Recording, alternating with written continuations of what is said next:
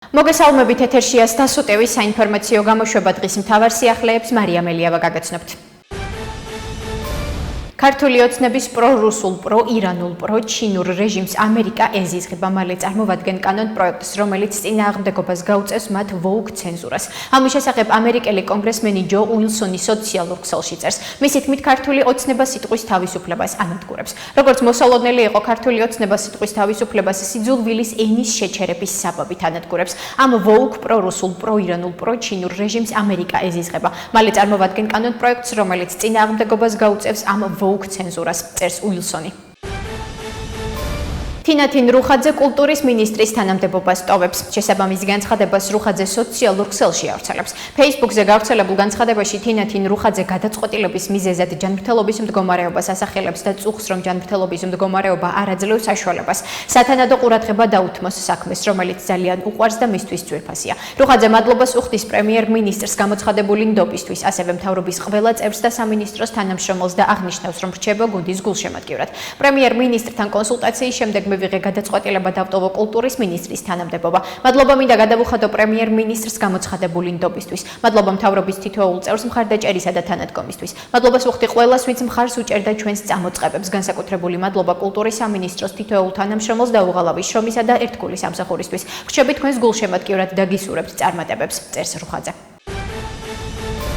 ვიღაცას რომ ბილწ სიტყვასა და თავისუფალ სიტყვას შორის ტოლობის ნიშნის დასმა სურს, ეს უბრალოდ ინტელექტუალური დეგრადაცია. ამერიკის შეერთებულ შტატებთან ჩვენ არ ვაპირებთ ზედმეტ პოლემიკაში შესვლას. ამის შესახებ ქართული ოცნების დეპუტატმა ირაკლი ქადაგიშვილმა განაცხადა, რითაც გამოეხმაურა ამერიკის შეერთებული შტატების საელჩოს განცხადებას, რომელსაც რადიო თავისუფლება ავრცელებს და აღნიშნულია, რომ შეშფოთებული არიან საქართველოს მთავრობის სიძულვილის ენის წინააღმდეგ ბრძოლის სამმართველოს გამო. მისივე თქმით, საზოგადოებისთვის აბსოლუტურად მიუღებელია, რომ ბილწ სიტყვაობა ხდეს ჩვენს საზოგადოებაზე ზემოქმედების მისით დაშლის, დათრგუნვისა და დემორალიზაციის იარაღი. კითხვაზე, სად გადის ზღვარი გამოხატვის თავისუფლებასა და სიძულვილის ენასა თუ შეურაცხყოფას შორის, ქადაგიშვილმა უპასუხა, რომ ბილწ სიტყვაობას არანაირი კავშირი არ შეიძლება ჰქონდეს თავისუფლებასთან. წარმოიდგინეთ მე, რომ თქვენი კითხვა ან რეპორტაჟი არ მომეწონოს და უხეში ბილწი სიტყვებით მოგმართოთ და შევაფასოთ თქვენი ჟურნალისტური საქმიანობა, რა ვიქნები მე? თავისუფალი სიტყვისა და აზრის გამომხატველი ვიქნები თუ ჩვეულებრივი მოძალადე?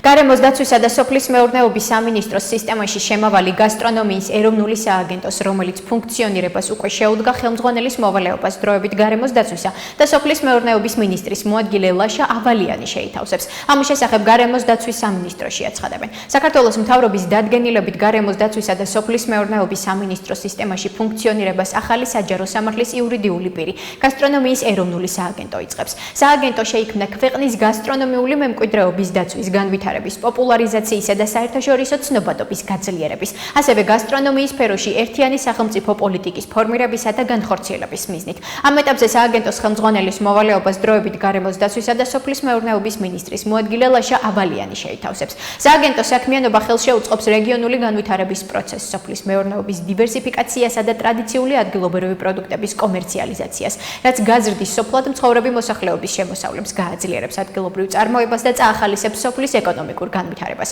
ნათქვამია გავრცელებულ ინფორმაციაში. ვაზიანის საერთაშორისო აეროპორტის პროექტით სინგაპურის მთავარი სამოქალაქო საერთაშორისო აეროპორტის ჩანგის მმართველი გუნდი დაინტერესდა. შესაბამისი განცხადება მედიასთან საქართველოს ეკონომიკის მინისტრმა მარიამ ქრივიშვილმა გააკეთა. მისი თქმით, მათ ფაქტობრივად დაადასტურეს ინტერესი მონაწილეობა მიიღონ იმ ტენდერში, რომელსაც საქართველოს მთავრობა პარტნიორი კომპანიის შერჩევისას გამოაცხადებს. მისივე განცხადებით შეხვედრაზე აღინიშნა, რომ საქართველო გამორჩეულად საინტერესო ქვეყანაა ინვესტიციების მიმართულებით და თვალსაჩინოა ის ზრდა, რომელიც საქართველოს ეკონომიკის არაერთ სექტორში აქვს. საქართველოს სახალხო დამცველმა ლევან იოსელიანმა საქართველოს პროფკავშირების გაერთიანებაში სამუშაო შეხვედრა გამართა, სადაც ქვეყანაში დასაქმებულთა უფლებრივი მდგომარეობა განიხილეს. ამის შესახებ ინფორმაციას სახალხო დამცველის აპარატი ავრცელებს. მათივე ცნობით, შეხვედრაზე სახალხო დამცველმა პროფკავშირების წარმომადგენლებს აპარატის მანდატი და შრომისა და სოციალური უფლებების დაცვის მიმართულებით აპარატის მიერ გაწეული საქმიანობა გააცნო. მხარეების სამუშაო შეხვედრაზე განხილული საკითხების საკანონმდებლო და პრაქტიკულ დონეზე წინ წასაწევად ერთობლივი ადვოკატირების განხორციელებაზე შეთანხმდნენ. შეხვედრის დასასრულს სახალხო დამცველმა და საქართველოს პროფკავშირების გაერთიანებამ ქვეყანაში შრომითი უფლებების დაცვის სტანდარტების ასამაღლებლად და თითოეული დასაქმებულისთვის ღირსეული, სამართლიანი და უსაფრთხო სამუშაო გარემოს შექმნის მიზნით აქტიური თანამშრომლობის გაგრძელების მზაობა გამოთქვეს. ნათქვამია ინფორმაციაში. ახლა კი გაგაცნობთ უცხოეთის სიახლეებს. უკრაინის პრეზიდენტ ვოლოდიმირ ზელენსკის განცხადებით რუსეთის წინააღმდეგ სანქციების შესახებ კანონპროექტი, რომელიც სენატორმა ლინდსი გრემმა შეიმუშავა, უკრაინის მიმართ მხარდაჭერისთვის მნიშვნელოვანი სიგნალია. ძალიან მადლიერები ვართ სენატორების და ძალიან მადლიერები ვართ ამ დისკუსიისთვის. იყო დეტალური განხილვა იმასთან დაკავშირებით, როგორ უნდა მოხდეს უკრაინის დახმარება. მადლიერები ვართ, რომ ამ კანონპროექტს დიდი მნიშვნელობა აქვს, განუცხადა ზელენსკიმ ჟურნალისტებს ამერიკის შეერთებულ შტატებში 60-ზე მეტ ამერიკელ სენატორთან გამართული დახურული შეხვედრის შემდეგ. მისი თქმით, სანქციები და რუსეთზე ზეწოლა მნიშვნელოვანია არ მხოლოდ რუსეთის მიერ ომის დაფინანსების შესაძლებლობების შეზღუდვის კონტექსტში. სანქციები და რუსეთზე ზეწოლა ძალიან მნიშვნელოვანია, საქმე მხოლოდ ფულს არ ეხება. იმას თუ როგორ აფინანსებს რუსეთი ამ ომს, არამედ ეს ასევე მნიშვნელოვანი სიგნალია ევროპისთვის. მნიშვნელოვანი სიგნალია უკრაინისთვის და დიდი მხარდაჭერაა ჩვენი ხალხისთვის, აღნიშნა ზელენსკიმ. აშშ-ის სენატმა პროცედურული კენჭისყრით მხარი დაუჭირა რუსეთისა და ირანის წინააღმდეგ სანქციების შესახებ კანონპროექტს, რომელიც რესპუბლიკელმა სენატორმა ლინდსი გრემმა მოამზადა.